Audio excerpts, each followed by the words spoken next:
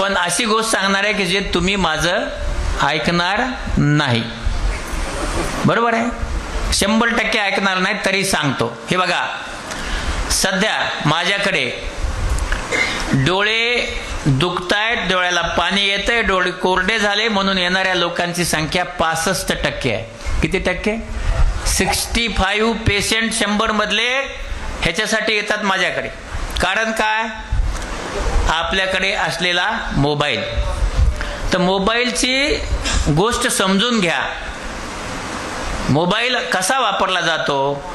तर मोबाईलला आपण पाहतो की 1.6 रेडिओ फ्रिक्वेन्सी वापरली जाते. आणि ही 1.6 रेडिओ फ्रिक्वेन्सी जेव्हा या एका फोनवर आणि या एका फोनवर त्याला वेव्ह निर्माण होतात आणि त्या वेव्ह आपला फोन मॅग्नेटिक एनर्जीने कॅच करतो. Magnetic energy. आणि मायक्रोवेव्ह टेक्नॉलॉजी तुम्हाला माहित आहे. मायक्रोवेव्ह जर ज्यांच्याकडे असेल त्या टेक्नॉलॉजी त्याच्यात वापरली आहे. तर मायक्रोवेव्ह मध्ये काही ठेवलं तर गरम होतं.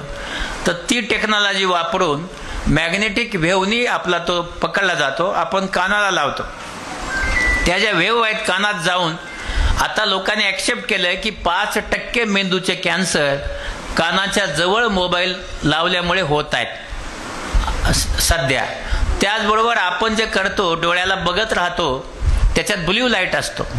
याच्यामुळे आपला डोळा कोरडा होतो. एक, ब्ल्यू लाईटकडे बघत असताना आपल्या बाहुल्या ज्या आहेत, डोळ्यात बाहुल्या असतात, त्या आकुंचन पावतात. ते स्नायू आहेत. आपण असा हात धरला 4 तास तर धरू शकतो का?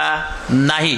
पण आपण 4 तास मोबाईल बघतो, पण त्यावेळेस पण स्नायूच आहे ना, तो त्याला थकणार आहे तो, पण तो स्नायू दिसत नाही आणि म्हणून त्याला आपण थकवतो.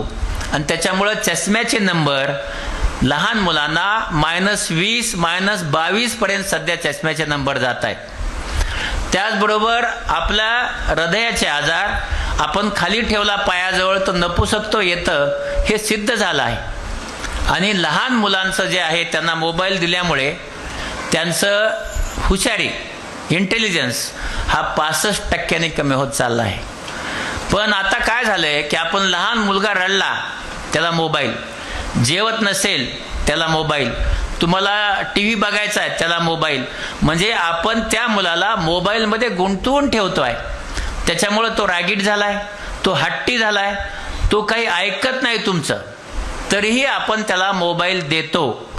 म्हणून मला सांगायचं आहे की या मोबाईलमध्ये सगळ्या माझ्या ज्या वहिन्या बसल्यात की पहिली 6 वर्षे मुलांना मोबाईल रडला तरी देऊ नका, कारण त्याची जडणघडण होऊ शकत नाही, त्याची हुशारी संपत चालली आहे. त्यामुळं आता रडला तर रडू द्या, पण त्याला 6 वर्षापर्यंत मोबाईल देऊ नका.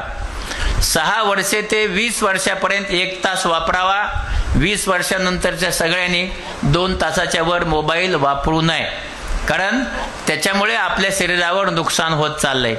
तिसरी गोष्ट अशी आहे, मोबाईलला वेव्ह असतात, त्या 16 ते 18 इंच जातात. आणि म्हणून मोबाईल वापरत असताना लांबून, म्हणजे स्पीकर फोनवर बोलावं. आपण का बोलत नाही? कारण आपल्या सगळ्यांना बायकोला नवऱ्याला चोरून, नवऱ्याला बायकोला चोरून बोलायचं असतं. तसं न करता आपण सगळ्यांनी ब्लूटूथ लावा आणि ब्लूटूथ लावून बोला. फोन दूर ठेवा. समजा उद्या फोन चार्ज करायचा आहे तर आपण जिथं झोपतो तिथं फोन चार्ज करू नका. तर फोन लिव्हिंग रूम मध्ये चार्ज करा, ज्याच्यामुळे त्यात रात्रभर वेव्ह आपल्या डोक्याला लागणार नाहीत. आणि फोन हातात घेऊन जा आणि हातात घेऊन जिथं बसला तिथे ठेवा. शरीराच्या कुठल्याही खिशामध्ये ठेवू नका किंवा एखादी बॅग वापरा. फोन वापरणारच आहात तुम्ही, वापरत असताना लहान मुलांना देऊ नका. 1 तास वापरा, तुम्ही 2 तास वापरा आणि लांब ठेवा.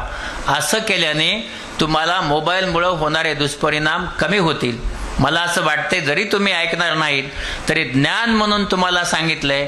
याच्यातल्या एका माणसाने, आणखी एक गोष्ट सांगतो मी नेहमी, तुम्ही सगळेजण श्रावण महिना आहे उपास करता, 1 दिवस आठवड्यातला मोबाईलचा उपास करा. मोबाईल जो आहे तो 1 दिवस वापरू नका.